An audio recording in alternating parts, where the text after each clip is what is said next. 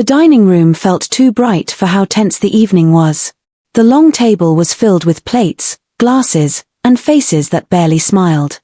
Relatives had come over for a family dinner, and the house was louder than usual, but the noise felt sharp instead of warm.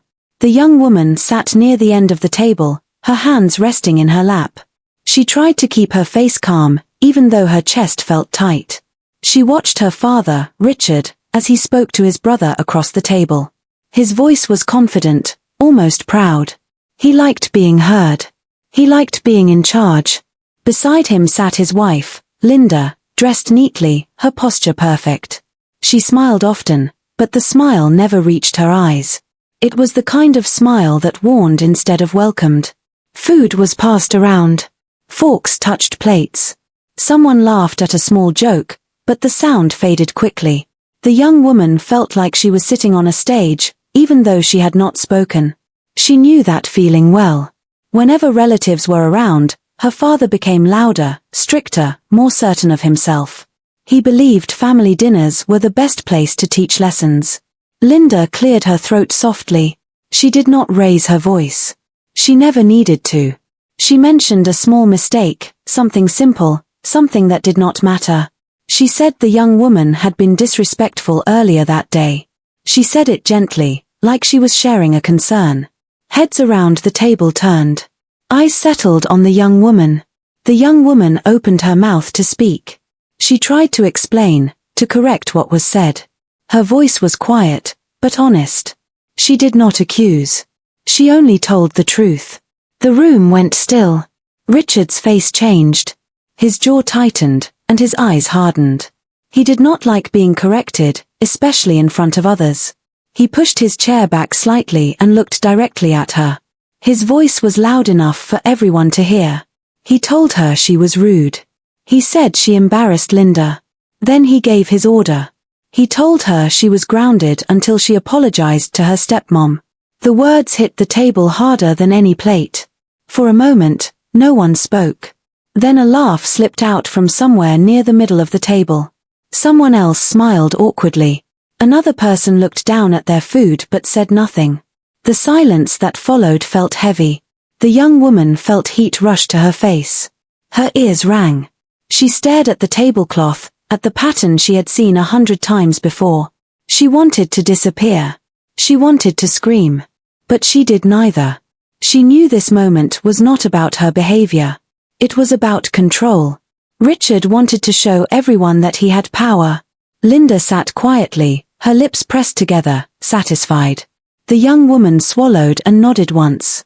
She said a single word, agreeing. Her voice barely carried across the table. Richard relaxed in his chair. The lesson, in his mind, had been taught. Conversation slowly returned, but it sounded distant to her, like it was happening in another room.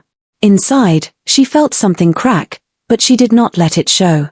She kept her eyes down and her hands still. She learned long ago that showing emotion only made things worse. Laughter and whispers floated around her, but she stayed silent. That dinner marked something important, even if no one else noticed. It showed everyone who was in charge and who was expected to bend. It showed how public shame could be used as a tool. And it showed the young woman that silence was sometimes safer than truth. When the plates were cleared and the evening moved on, the feeling stayed with her. The dinner table was just wood and chairs, but that night it became something else. It became a place where power was displayed, and where her humiliation was meant to be remembered. The morning after the dinner was quiet, but the silence felt heavy. Sunlight came through the kitchen window, falling on the clean table like nothing had happened the night before. The young woman moved slowly through the house. Every step felt careful, like the walls were listening. Richard sat at the table drinking coffee. He looked calm, almost pleased with himself. When he saw her, he did not greet her. He only reminded her that she was grounded. His voice was firm and final. He spoke as if the matter was settled forever. Linda entered the kitchen a moment later. She smiled politely and asked if the young woman wanted breakfast. The offer sounded kind, but the young woman knew better. Linda liked to appear gentle, especially when others might be watching. When they were alone, her kindness often turned cold. The young woman shook her head and poured herself a glass of water. She kept her eyes down. She knew that any wrong move could become another reason for blame. Linda watched her closely, as if she expected tears or anger. When none came, Linda's smile tightened. The grounding began that day. The young woman was told to stay in her room when she was not helping around the house. Her phone was taken. Her door was left open, always watched. It was not just punishment. It was control. As the hours passed, her thoughts drifted back to the past. Things had not always been this way. Before her mother died, the house felt different. It was not perfect, but it was warm. Her mother used to listen. She used to explain instead of command. After her death, the house changed. It did not become quiet. It became sharp. Linda moved in slowly, like she was testing the space. At first, she was polite and helpful. She cooked meals and asked gentle questions. But over time, her words gained edges. Compliments felt like warnings. Small comments made the young woman feel small. Linda never yelled. She did not need to. She knew how to hurt without raising her voice. Richard changed too. He stopped asking questions. He stopped listening. He started deciding. Disappointment became his favorite expression. He looked at his daughter like she was a problem that needed fixing. Every mistake, no matter how small, felt like proof to him that she was failing. The young woman learned to stay quiet. She learned that silence could protect her. She watched how Linda spoke to others and how differently she spoke to her. She noticed how Richard always took Linda's side, especially in front of people. Being right never mattered as much as being obedient.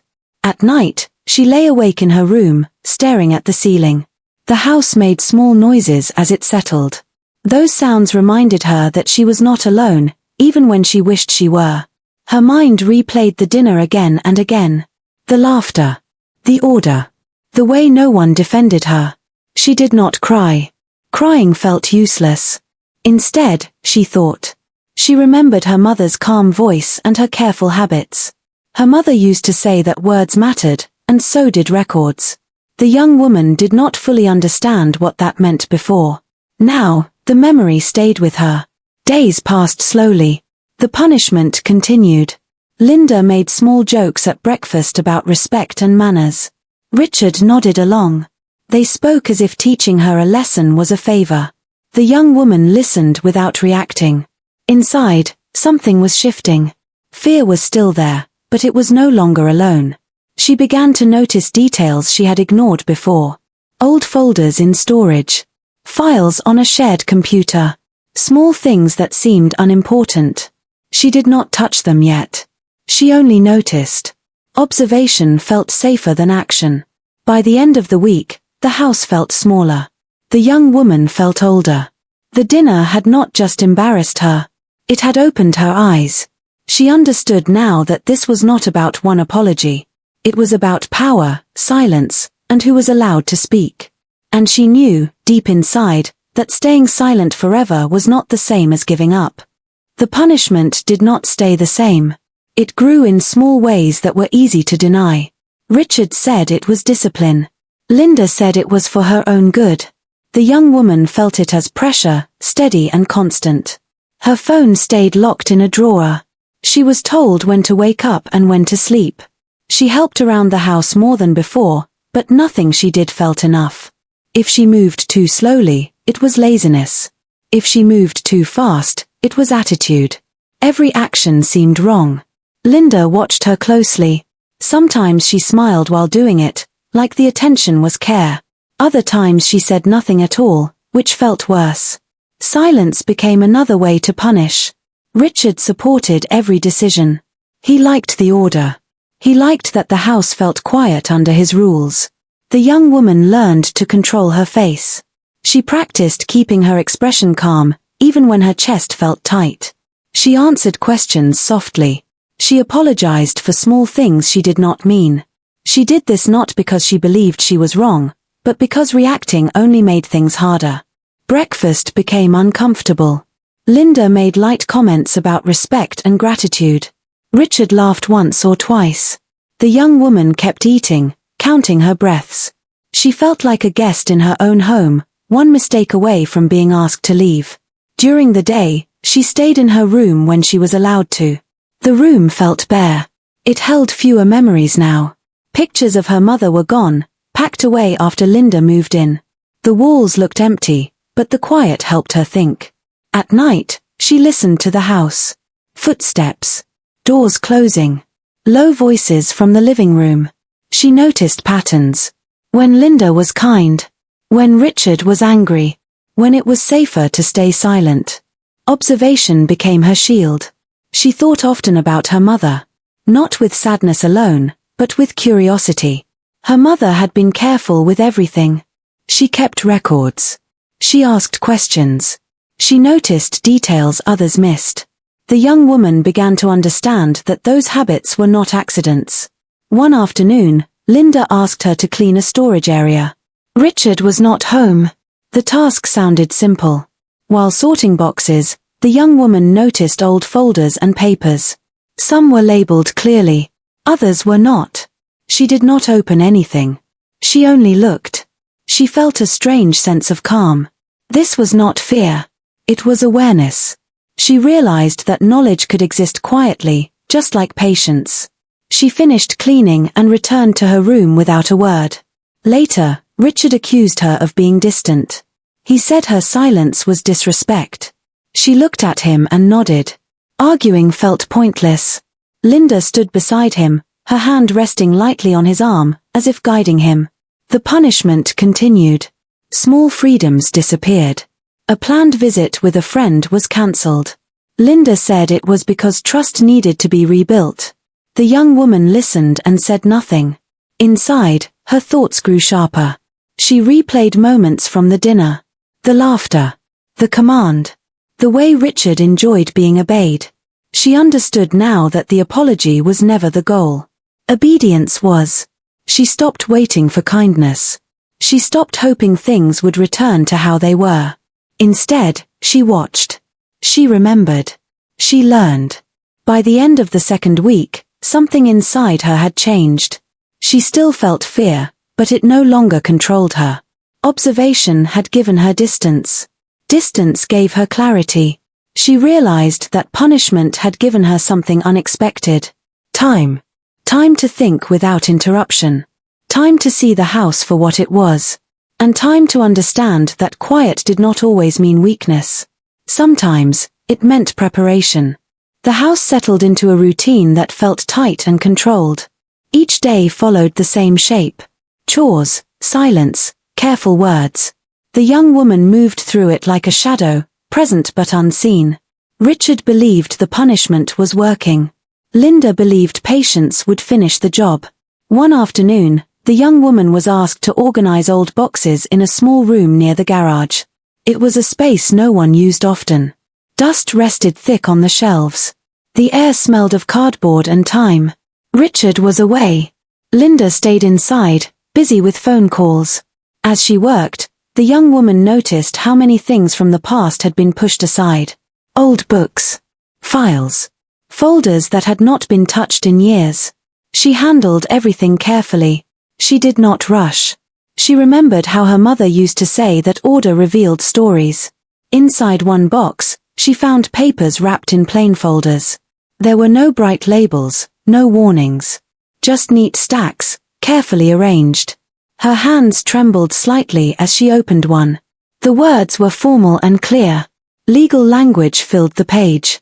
She did not understand everything at first. She sat on the floor and read slowly. Names appeared. Dates. Conditions. Her mother's name appeared again and again. The young woman felt her breath catch. This was not random paperwork. This was planning. She continued reading. The documents spoke about protection and responsibility. About what would happen if certain lines were crossed. Phrases like emotional harm and public humiliation stood out. They felt sharp and exact. Her mother had seen something coming long before it happened. The young woman felt a strange mix of fear and comfort. Fear because the truth was heavy. Comfort because she was not alone in it. Her mother had left something behind, not just memories, but answers. She carefully placed the papers back where she found them. She did not take anything yet. She knew better than to act too quickly. Knowledge felt powerful, but only if handled with care. That evening, dinner was quiet again. Linda asked polite questions. Richard spoke about work. The young woman listened and nodded when expected. No one noticed the change inside her. She felt steadier, like she was standing on solid ground for the first time in weeks. Later that night, she returned to the room and reread the documents. She used an old laptop her mother once owned. The files were backed up digitally, hidden under ordinary names. Her mother had been careful. Every detail was thought through. She read until her eyes ached. Slowly, understanding grew. The documents were designed to activate under specific conditions. The dinner. The public order. The forced apology. Those moments mattered more than anyone realized. She leaned back and stared at the ceiling. The house felt different now. It was still cold. Still controlled. But it no longer felt final. There were cracks in the walls she had not seen before. Over the next few days, she did nothing unusual. She followed the rules. She kept her voice soft. Linda watched her with satisfaction. Richard relaxed, believing authority had been restored. Inside, the young woman counted time. She reviewed details. She made quiet notes. Her fear slowly transformed into focus. The punishment that was meant to break her had given her space to see clearly. She thought about the apology. About how much it mattered to them. She realized it was not about respect. It was about control and appearance. That understanding settled into her chest like calm resolve. By the end of the week, she was ready. Not to fight. Not to argue. But to move forward with intention. She knew now that the truth was not loud. It waited patiently. As she turned off the light that night, she whispered a thank you to the memory of her mother. Not out of sadness, but out of strength. Whatever came next, she would not face it blind. The silence she had kept was no longer empty. It was full of purpose. The next morning, the young woman woke with a calm she had not felt in a long time. Nothing around her had changed, but she had. The house was still quiet. The rules were still in place. Richard and Linda still believed they were in control. She got dressed carefully and went to the kitchen. Linda was already there, sipping tea, her movements slow and relaxed. Richard joined them soon after. He looked at his daughter with measured interest, as if waiting to see what she would do next. The young woman took a breath and spoke. She said she wanted to apologize. Linda's eyes lifted slightly, surprised but pleased. Richard's posture softened. This was the moment they had been expecting. She apologized in a gentle voice. She lowered her eyes. She chose her words carefully, saying exactly what they wanted to hear. She admitted fault without explaining herself. She thanked Linda for her patience. The apology sounded complete and sincere. Linda accepted it with a soft smile. She said forgiveness was important in families. Richard nodded, satisfied. He said grounding could end soon if good behavior continued. The victory tasted sweet to him. Nothing in the room showed what the apology truly meant. No one noticed how steady the young woman's hands were. No one saw the quiet certainty behind her lowered gaze. She had not given up her truth. She had simply chosen timing. The rest of the day passed smoothly. Linda acted warmer. Richard spoke kindly for the first time in weeks. The young woman followed every rule without question. She knew appearances mattered to them. That night, while the house slept, she moved quietly. She packed nothing. There was nothing left to pack. Everything important had already been handled. Files secured. Permissions activated. Steps completed. She sent a single message from an old email account and then shut the laptop. Her heart beat fast, but her mind stayed clear. This was not revenge. It was protection. The following afternoon, a car pulled into the driveway. Richard frowned when he saw it. Linda paused near the window. A man stepped out, holding a briefcase. His expression was serious. Inside, the atmosphere shifted. Papers were placed on the table. The young woman stood nearby, quiet and composed. Richard's confidence began to crack as he read. His face drained of color. He looked at his daughter in disbelief. Questions rushed from his mouth, sharp and loud. Linda stepped back, confused. The man explained slowly and clearly. The documents were valid. The conditions had been met. Richard's authority slipped away line by line. Accounts were frozen. Decisions were no longer his to make. The room felt smaller as the truth settled in. The young woman did not raise her voice. She did not smile. She simply stood there, grounded in a way Richard had never understood. The apology had been the final step, not the surrender. Linda looked at her then, really looked at her, for the first time. Understanding flashed across her face, followed by fear. The power she relied on was gone. When the man finished speaking, silence filled the room. The young woman felt the weight lift from her chest.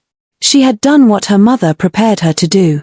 She realized then that obedience had never been the end of her story. It had only been the bridge to freedom. The days after the meeting felt unreal. The house was quieter than ever, but this time the silence did not feel heavy. It felt open. Richard moved through the rooms like a stranger, unsure of where he belonged. His voice had lost its sharpness. His confidence no longer filled the space. Linda packed her things slowly. There were no dramatic goodbyes. No apologies. She avoided eye contact with the young woman, as if looking too closely might reveal how wrong she had been. When she left, the house did not mourn her absence. Richard tried to speak to his daughter more than once. His tone changed each time. First anger, then confusion, then something close to regret.